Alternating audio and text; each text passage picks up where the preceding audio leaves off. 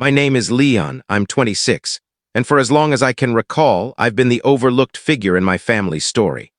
Not the star, not the rebel, just the one who lingered in the margins while my younger brother, Evan, basked in the glow of attention.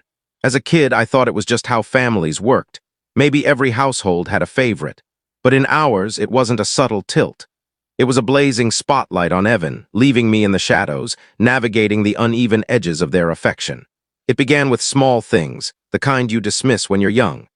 If Evan and I both earned good grades, he'd get a shiny new game, while I'd get a nod and a nudge to push harder. On his birthdays, there'd be his favorite cake, balloons, and a stack of presents. Mine, often a rushed cupcake or a card that felt like an obligation. I told myself it didn't sting, that I didn't need the spotlight. But each ignored moment carved a quiet wound, one that lingered into my adult years.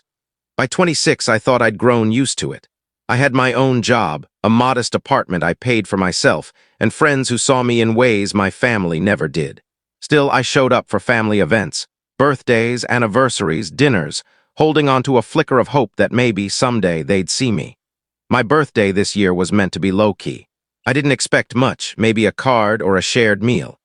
We were in the living room, and I spotted a single, neatly wrapped box on the coffee table, small, wrapped in glossy blue with a ribbon. A faint hope stirred in me, thinking maybe this time they'd remembered. But when my mom handed the box to Evan with a beaming smile, my stomach sank. "This is for you," she said brightly as he tore into the wrapping, revealing a sleek smartwatch, the one I'd been saving for. My dad laughed, saying, "Perfect for our perfect son," as Evan slid it onto his wrist. I sat there, my smile frozen, my hands gripping my jeans. Then my mom turned to me and said words that seared into my mind. "Leon, you haven't earned anything yet. Be grateful we even let you come." The room felt airless. Evan chuckled, not cruelly, but with the ease of someone used to being cherished. My chest tightened, my pulse raced, but I didn't argue or cry. I didn't leave. I just sat there, nodding like I agreed, while something inside me fractured. That night, after everyone was asleep, I returned to my old room in the house I grew up in, still smelling faintly of dust and worn carpet. I started packing, not in a rush, not with tears, but methodically. Each shirt folded precisely, each book carefully placed. I didn't slam doors or make noise. I wanted to leave as they treated me, unnoticed. By morning, my car was packed. I paused in the driveway, glancing back at the house where I'd spent years waiting for something that never came. No one stepped out to stop me. No one noticed me leave. It was as if I'd been erased before I even drove away. Weeks passed and I didn't reach out. Their calls were few and I ignored them. For the first time, I felt a strange calm, like I'd finally severed the ties that held me back. I threw myself into work, into building a life surrounded by people who valued me. But then came a moment that showed me the story wasn't over. On Evan's birthday, as they gathered around the table with cake and candles, singing as always, their phones buzzed all at once. 74 missed calls, a single message waiting, one they never saw coming. That's when things started to shift. I didn't send that message on a whim. It wasn't a burst of rage. It was deliberate, born from weeks of silence where I finally had space to reflect on how my family treated me. But before I dive into that message, I need to explain the tension that had been brewing long before my birthday. That night wasn't a one-off. It was the breaking point in a lifelong pattern of neglect. Growing up, Evan was the son, and we all revolved around him. If he wanted something, it appeared. If I wanted something, it was deemed too costly or impractical. When I was 16, I saved for months from odd jobs to buy a guitar. The day I brought it home, my dad scoffed. "Why waste money on that? You'll never play well enough for anyone to care." I brushed it off, but when Evan turned 16, they surprised him with a car. Used, but still a car. When he dented it a week later, texting while driving, my dad just said, "We'll fix it, son." That was the pattern. Evan's failures were lessons. My successes were never enough. Even as adults, nothing changed. At one Thanksgiving, I brought a bottle of wine I'd saved for something nice. My mom glanced at it, muttered, "Cheap," and set it aside. Evan showed up late, empty-handed, and the room lit up like he was a star. He cracked a joke about his job, and suddenly he was the most charming person alive. When I shared news of a promotion I'd worked years for, my dad said, "Don't get too full of yourself. They'll replace you in a second." It wasn't just neglect, it was erasure, like I wasn't a person with feelings or achievements. After leaving that night with my suitcase, I vowed not to return. But silence doesn't heal old wounds. My mom sent occasional texts, things like, "Dinner Sunday, be there," as if nothing had happened. No apology for my birthday, no acknowledgement. Once she sent a photo of Evan wearing the smartwatch, captioned, "Looks perfect on him, doesn't it?" It was like they reveled in reminding me of my place. Then my dad called one night after I'd been gone 2 weeks. His voice was sharp, not warm. "Your mom's worried you're ignoring us. Stop being so dramatic, Leon. Evan didn't mean anything by it. You should be proud of him." He's our pride. Proud. That word cut deep. It was always about Evan, his job, his apartment, his girlfriend, his future. I could have built a castle with my bare hands and they'd still say I was standing in the wrong spot. Then the guilt-tripping started. My mom called one night, her voice heavy with rehearsed sadness. "You're tearing us apart with this distance, Leon. Evan misses you. We all do. Don't let pride ruin this." I wanted to scream, pride. That's what they thought this was. It got uglier. My dad showed up at my apartment unannounced, barging in like he owned me. He scanned the place unimpressed and said, "So this is where you're hiding. You think you can cut us off? Family's family, Leon. Don't forget who gave you everything." Everything.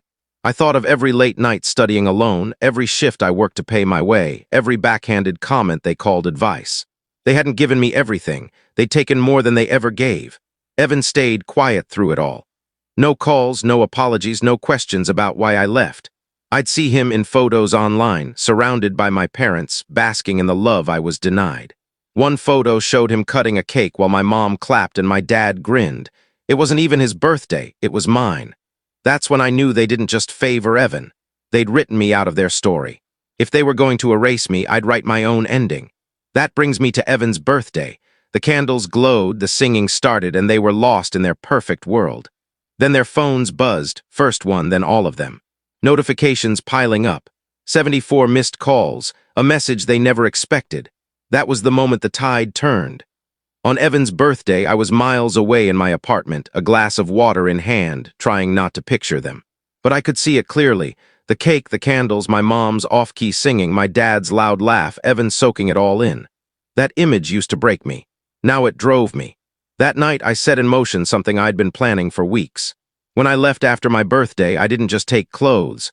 I took my old file box, bank statements, receipts, paperwork. They always underestimated me, but I noticed everything. Every dollar missing from my teenage savings account, every borrowed, some never repaid, every bill quietly put in my name. At 19, my dad pressured me to co-sign a loan for the family. I didn't realize then that he'd tied the debt to me while Evan got the car it paid for. I'd been paying it off for years while they acted like it never happened. It wasn't just money, it was trust. At 22, I overheard my parents in the kitchen one night. My mom's voice was cold. "Leon will never amount to anything. He doesn't have the spark, the drive. We should focus on Evan. He's our future." My dad laughed, adding, "Leon's the fallback, the safety net. He'll never stand out." I stood in the hallway unseen, realizing I wasn't just unloved. I was a contingency plan. Those memories fueled me. In the weeks after I left, I made quiet moves. I contacted the bank, pulled every record with my name. I met with a lawyer, a calm man with gray hair who reviewed the documents and raised an eyebrow. "Leon," he said, "do you realize how much they've put on you without your consent?" His words validated me. I wasn't imagining it. They'd used me and now they'd face the consequences. The deepest cut came days before Evan's birthday. Scrolling late at night, I saw Evan's post, a photo of the smartwatch captioned, "Thanks, Mom and Dad, for the early birthday gift. Best family ever." Early, my gift. The one I'd saved for, dreamed of. They'd taken it and given it to him. It wasn't just a watch, it was proof I'd always be second. That post snapped something in me. I'd held on to hope they'd see me, but that hope was gone. So on Evan's birthday, as they sang and laughed, their phones lit up.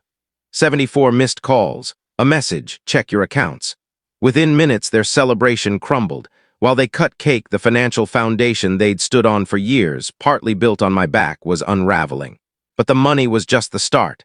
The real betrayal, the one they didn't see coming, wasn't financial. It was the truth I'd held for years. And when it came out, it wouldn't just break their trust in me, it would shatter the world they'd built around Evan.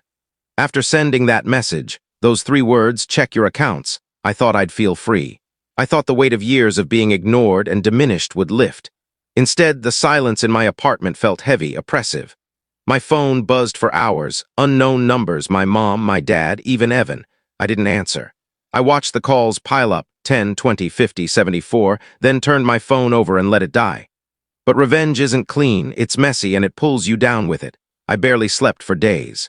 Every time I closed my eyes, I saw my childhood, sitting silently at dinner while Evan shone, my dad's voice calling me a failure, my mom's sigh when I spoke. I thought standing up for myself would free me, but freedom felt hollow after years of being tethered. Then the fallout hit. My parents didn't just call, they showed up. A Thursday evening pounding on my door. My mom's voice cut through. "Leon, open this door. Do you know what you've done?" My dad's tone was colder. "You'll regret this. Family doesn't turn its back." I stayed still, heart pounding, until they left. Their anger lingered, but for the first time they weren't dismissing me, they feared me. That power felt both exhilarating and isolating. The loneliness hit harder than I expected. My friend Marcus noticed, asking over drinks, "You okay, man? You seem off." I wanted to spill everything, but how do you explain invisible scars? I mumbled about work stress and moved on. At work, my focus slipped. My boss pulled me aside after a meeting. "Leon, you're usually on point. What's going on?" I had no answer. How could I explain that while they worried about deadlines, I was haunted by my dad's laugh, my mom's indifference?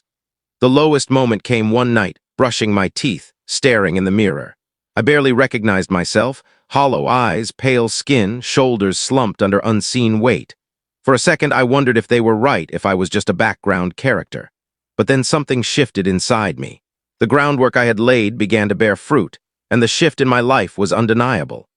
6 months had passed since I walked away from my family's house, suitcase in hand, leaving behind the suffocating role they'd forced me into. I was no longer the overlooked shadow, the one they expected to carry their burdens. I had become someone new, someone with purpose, with fire. At work, my efforts started to pay off in ways I hadn't dared to dream. The leadership role my boss had mentioned became a reality. I was put in charge of a team for a high-profile project, one that came with real responsibility and visibility. It wasn't just the promotion or the raise that mattered, though those were welcome, it was the respect.